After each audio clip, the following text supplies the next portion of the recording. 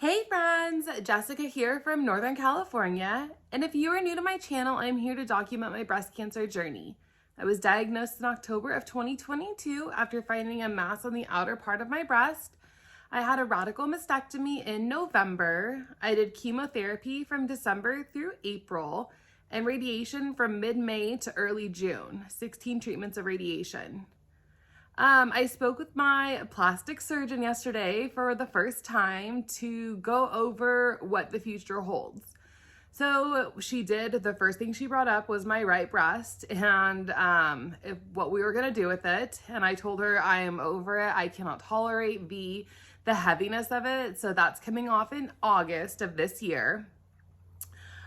She did say that due to me having radiation, that the DIEP flap surgery is the best option for my case due to the skin changes that happen after radiation. I'll go ahead and show you guys some of them here. So you can see how red it is. Up in my armpit is way worse than anywhere else. But because of the skin changes, the skin becomes a lot tighter than your natural skin. So trying to stretch it to do an implant is not the best case scenario whatsoever. So we will do a bilateral breast reconstruction. She said that the surgery can take 8 to 10 hours. Holy cow, it's like all day in surgery. After surgery, you are in the ICU, the intensive care unit, for 3 days. And the reason they keep you in the ICU is to really monitor how well the ligaments reattach. So basically they take your stomach fat, remove those ligaments and place them up in the breast area and then reattach with ligaments. So they keep you in the ICU to really closely monitor, because if there's going to be failure, it's typically within the first 48 hours of surgery. So they're able to really whisk you away, try and reconnect, try and salvage what is going on.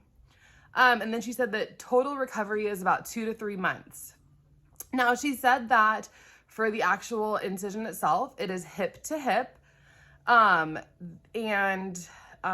usually where most patients, she said, have the most discomfort, especially if you've never had like a C-section. Both of my kids were natural born with the lovely epidural, right? They weren't natural. I had the epidural.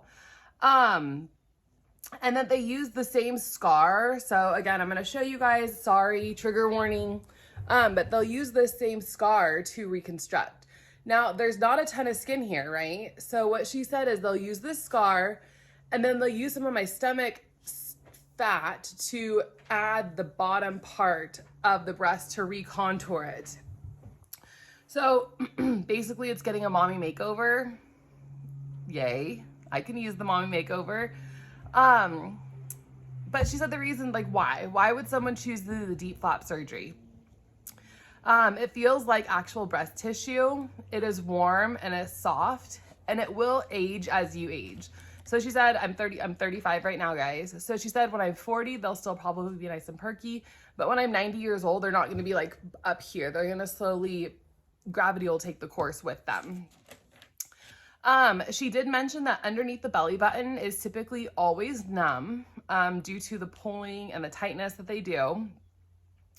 She said that they do cut through the rectus abdominis muscle, and depending on how much of that muscle they need to cut can cause more of an issue. So if they have to cut a large portion of that muscle, she said that it could cause abdominal wall issues, back pain, and a belly bulge. So she said that happens probably in like 10% of her patients. So she's not overly concerned about it, but it is something that she has to let us know. They can only take from what you have. So right now I do have a lot to play with. I am unfortunately not at the weight that I was when I started chemo. I have gained 30 pounds during chemo between the steroids, the medication, just trying to eat what I could.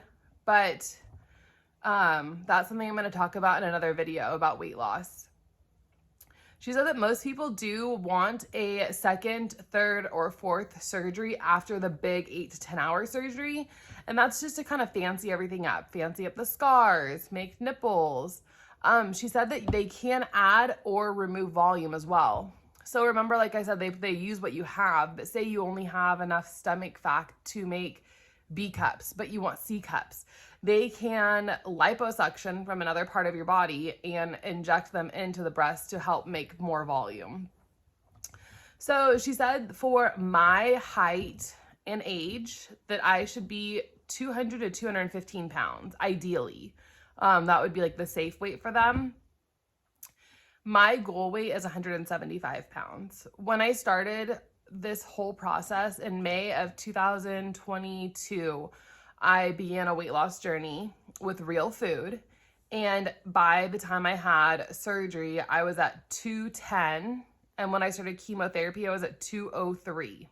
And it's funny because I have a smart scale with my app that tracks that. And I'll turn off my Bluetooth when I get on the scale because I don't want to lose that 203 number. But she said that it's best to meet your goal weight before surgery. And for me, I'm going to try and maintain that goal weight for a month before I have my surgery. So they have a lot of information that she emailed me through kp.org that I have not had a chance to look at yet. I'm nervous about looking at it. I'm one of those people that you can tell me it's going to happen X, Y, and Z, and mine will happen A, B, and C. That's how we were. My husband and I were having kids. They want you to go through all these classes. The only class that I for sure did not feel that I had to take whatsoever was the CPR, because I am a CPR certified dental hygienist. So my husband and I mean, neither one of us were going to be at home alone with the kids, or he wasn't going to be at home alone. So we really didn't need to worry about that. Now, my big question to her was drains, because I hated the drains after my mastectomy.